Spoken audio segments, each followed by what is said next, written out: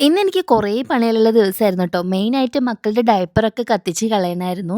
അപ്പൊ രാവിലെ തന്നെ നേരത്തോടെ തന്നെ രണ്ടാളും എഴുന്നേറ്റിട്ട് ഇക്കാനം കൊണ്ട് എടുപ്പിക്കാൻ വേണ്ടിയിട്ടുള്ള മത്സരാണ് ട്ടോ. എന്റെ ദിവസം തുടങ്ങുന്നത് തന്നെ ഈ ഒരു കാഴ്ച കണ്ടിട്ടാണ്. എനിക്ക് ഭയങ്കര ഇഷ്ടാണ് ട്ടോ ഇത് കാണാൻ വേണ്ടിയിട്ട്. 2 പേരും എടുക്കാൻ വേണ്ടിയിട്ട് അവിടെ മത്സരിച്ച് കാത്ത് നിക്കും.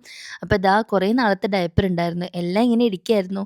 എനിക്കൊന്നും ചെയ്യാൻ പറ്റാതെ. അപ്പൊ ഈ അടുത്താണ് നമ്മള് വീട്ടിലെ ഫുഡ് വേസ്റ്റ് അല്ലാത്ത ബാക്കി എല്ലാ വേസ്റ്റും കത്തിച്ച് കളയാൻ പറ്റുന്ന ഈ ഒരു സംഭവം മേടിച്ചിട്ടുണ്ടായിരുന്നത് ട്ടോ.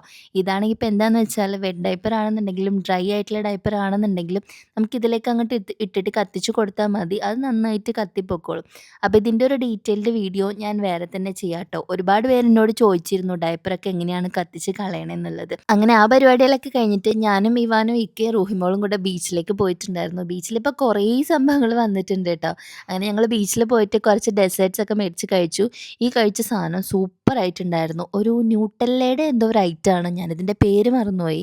ഇത് കഴിച്ചപ്പോൾ ഞാനങ്ങട് സ്വർഗ്ഗം കണ്ടു. നല്ല ടേസ്റ്റി ആയിരുന്നു. അത് കഴിഞ്ഞിട്ട് പിന്നെ ഞങ്ങള് ബൺ മസ്കൊക്കെ ട്രൈ ചെയ്ത് നോക്കിയിട്ടുണ്ടായിരുന്നു. ഞങ്ങള് കുറേ സ്ഥലത്തുന്ന് ബൺ മസ്ക് കഴിച്ചു നോക്കിയിട്ടുണ്ടായിരുന്നു. പക്ഷേ ഇവിടുത്തതാണ് ട്ടോ ഞങ്ങൾക്ക് ഏറ്റവും ഇഷ്ടമായിട്ടുണ്ടായിരുന്നത്. അപ്പോൾ ഇന്നത്തെ വിശേഷങ്ങൾ ഇത്രയേ ഉള്ളൂ. അടുത്ത വീഡിയോ ആയിട്ട് നാളെ കാണാം. Thank you for watching.